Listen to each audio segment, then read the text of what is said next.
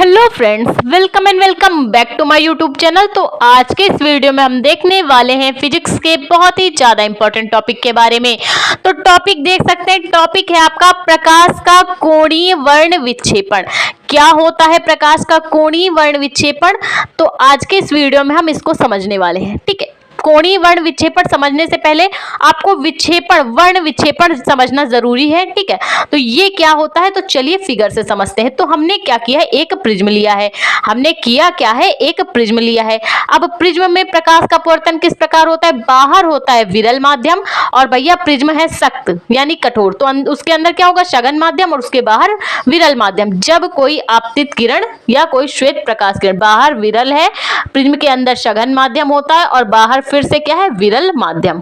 ठीक, जब कोई प्रकाश किरण वायु से यानी विरल माध्यम से सघन में जाती है तो अभिलंब की ओर झुकती है, और जब सघन से विरल में जाती है तो अभिलंब से दूर हटती है। तो जब ये श्वेत आपतित प्रकाश किरण प्रिज्म से टकराती है, ठीक है, प्रिज्म का ये जो पृष्ठ है वो देख सकते हैं आप। प्रिज्म का एक पहले प्रकाश किरण क्या है, एक नंबर पे है कि प्रकाश किरण प्रिज्म के पृष्ठ से टकराई, दूसरे पृष्ठ पे इसका अपवर्तन हुआ। अब जब प्रिज्म के पृष्ठ में फिर से टकरा गई तो क्या हो गया, ये किरण बन गई निर्गत किरण। क्या हो गई, ये किरण निर्गत किरण हो गई।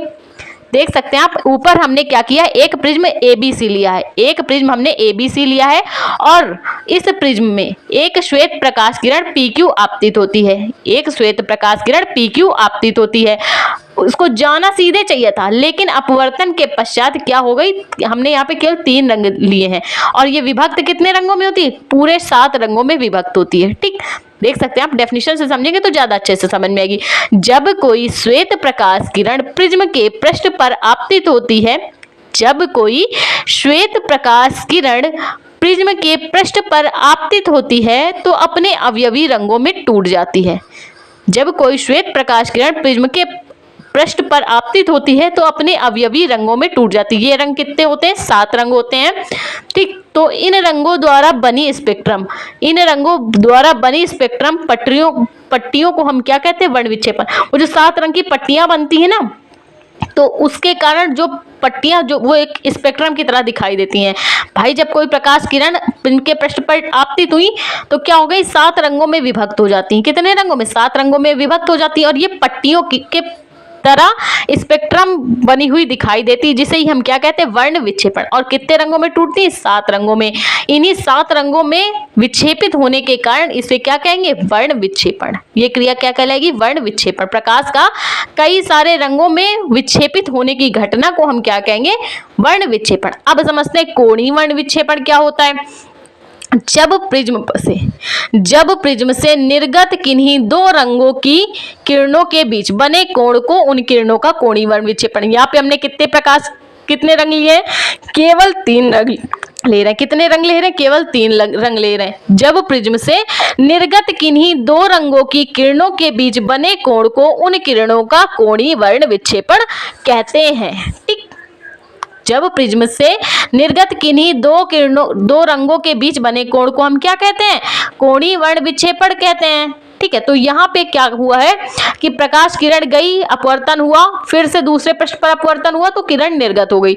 देख सकते हैं आप, प्रकाश किरण को जाना सीधे चाहिए था, लेकिन जब प्रिज्म के पृष्ठ से टकराई तो उसका अपवर्तन हुआ, और वो केवल हमने भाई 7 रंगों में टूटती है, लेकिन हमने क्या किया, केवल 3 ही रंग लिए हैं। रेड लिया है, येलो लिया है और वायलेट लिया है। तो अगर आप समझने के लिए कि अगर प्रिज्म का जो AB पृष्ठ है वो ना हो और प्रकाश किरण कहां से, AC पृष्ठ पर आपतित हो, तो अपवर्तन के पश्चात झुकेगी कि नहीं झुकेगी, तो उन्हीं वाली वायलेट और रेड को हमने क्या किया है, बढ़ाकर आगे बढ़ा लिया है। तो वायलेट और रेड के बीच जो कोण बनता है थीटा, उसी को कहते हैं कोणीय वर्ण विक्षेपण। जब प्रिज्म से निर्गत किन्हीं 2 रंगों की किरणों के बीच बने कोण को हम क्या कहते हैं, कोणीय वर्ण विक्षेपण कहते हैं। इसे थीटा से व्यक्त करते हैं। देख सकते हैं आप, रेड और वायलेट किरण जो फिर से निर्गत हो रही थी, उन्हें ही हमने बढ़ा के क्या कर दिया, पॉइंट O से जोड़ दिया है, इसे हमने पॉइंट O नाम दिया है, और वहां पे जो कोण थीटा बन रहा है उसे ही हम क्या कहते हैं, कोणीय वर्ण विक्षेपण। प्रकाश किरण आई, पहले अपवर्तित हुई ए बी पृष्ठ पर, फिर उसका अपवर्तन हुआ तो क्या हुआ, एसी पृष्ठ से टकरा गई। जब एसी पृष्ठ से टकराएंगे तो फिर से वो निर्गत हो गई और इन किरणों को हम बढ़ा लेंगे और जो कोण बनेगा थीटा उसे हम क्या कहेंगे, कोणीय वर्ण विक्षेपण। तो देख सकते हैं आप इसमें विचलन कोण है, तो जहां पे क्या है डेल्टा आर जो पहली प्रकाश किरण के लिए है तो उसका विचलन कोण क्या है, डेल आर, लाल रंग के कोणीय विक्षेपण के लिए। और जो येलो वाली के लिए है तो देख सकते हैं आप येलो वाली पट्टी से जुड़ा हुआ है तो उसे हम क्या कहेंगे, डेल वाई। पीली वाली पट्टी के लिए जो विचलन कोण है वो क्या हो जाएगा, डेल वाई, और लाल वाली पट्टी के लिए डेल आर, और वायलेट क्या हो जाएगी, यानी बैंगनी रंग की पट्टी के लिए विचलन कोण क्या हो जाएगा, डेल वी। देख सकते हैं आप डेल आर क्या है, लाल रंग का विचलन कोण है, डेल वाई क्या है, पीले रंग का विचलन कोण है, और डेल वी देख सकते हैं आप सबसे लास्ट में क्या है, वायलेट यानी बैंगनी रंग की पट्टी।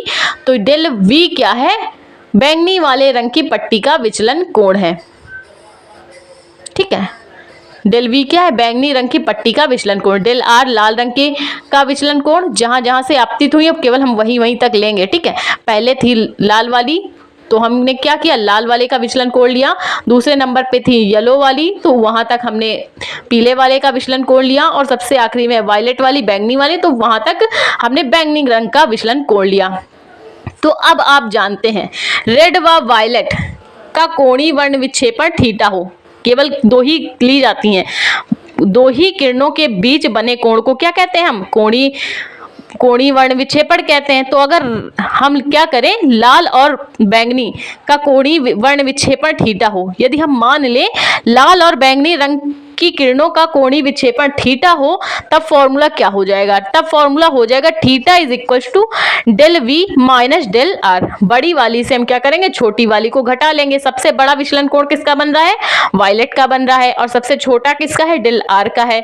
इसलिए हम क्या करेंगे, बड़ी वाले से छोटे वाले को घटा देंगे। अगर हम कह दें कि आपका जो बैंगनी रंग की प्रकाश किरण के लिए अपवर्तनांक NV है और जो लाल वाली प्रकाश किरण के लिए अपवर्तनांक NR है, तब क्या हो जाएगा, आपने देखा था एक फॉर्मूला पिछले वीडियो में, प्रिज्म अगर बहुत ही पतला हो तो उसके लिए अपवर्तनांक का फॉर्मूला क्या आया था निकल के। यदि हम कह दें कि अपवर्तनांक n है तथा प्रिज्म क्या है, बहुत ही पतला है, यदि इस प्रिज्म का अपवर्तनांक यानी कि जो प्रकाश है उनका अपवर्तनांक n हो और प्रिज्म बहुत ही पतला हो, तब प्रिज्म का विचलन कोण क्या हो जाएगा। तो प्रिज्म का विचलन कोण का फॉर्मूला आपने देखा था, जो हमने प्रूफ किया था पिछले वीडियो में, del is equal to n minus 1i, ये हमने प्रूफ किया था। ठीक, सबसे पहले हमने निकाला था विचलन कोण और प्रिज्म कोण में संबंध, उसके बाद ये वाला फॉर्मूला प्रूफ किया था। तो हम इसी फॉर्मूले का यूज करके हम लाल और बैंगनी रंग के प्रकाश के लिए निकालेंगे। ठीक, यदि प्रिज्म बहुत ही पतला हो और अपवर्तनांक n हो तो हम क्या करेंगे, सबसे पहले हम बैंगनी रंग के प्रकाश के लिए निकालेंगे। ठीक है, ये हमने बैंगनी रंग के, बैंगनी है तो बाई डेल के साथ क्या लगाएंगे, वी लगाएंगे। ठीक है, और इसी फॉर्मूले का यूज करके यहाँ पे क्या लेंगे, NV, वी क्या है बैंगनी रंग के प्रकाश के लिए NV माइनस 1 इंटू ए। अब हम लाल के लिए क्या कर लेंगे, NR हो जाएगा लाल के लिए, लाल वाली प्रकाश किरण के लिए। तो चलिए लाल वाली प्रकाश किरण के लिए निकालते हैं। तो यहाँ से फॉर्मूला क्या हो जाएगा, del R is equal to NR minus 1 into a. तो ये लाल और बैंगनी प्रकाश के लिए हमने क्या कर लिया, प्रिज्म का विचलन निकाल लिया। ठीक है, अब हम क्या करेंगे, इन मानों को कहाँ रख देंगे, समीकरण 1 में रख देंगे। तो समीकरण 1 से डेल वी और डेल आर यानी बैंगनी और लाल रंग का प्रकाश का जो मान आया है समीकरण 1 में पुट कर लेंगे। तो चलिए पुट कर लेते हैं। तो हो क्या जाएगा, A NV minus 1 minus NR minus 1 into A का अगर आप आगे गुणा कराएं चाहे पीछे सेम बात है। ठीक है, कंफ्यूज आपको नहीं होना है।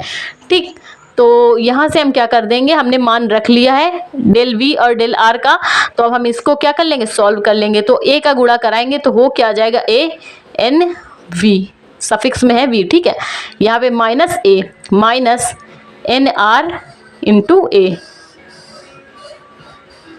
या ANR कुछ भी आप लिख सकते हैं। ठीक, माइनस ए नहीं होगा क्योंकि माइनस बाहर लगा है ना, तो माइनस माइनस प्लस हो जाएगा।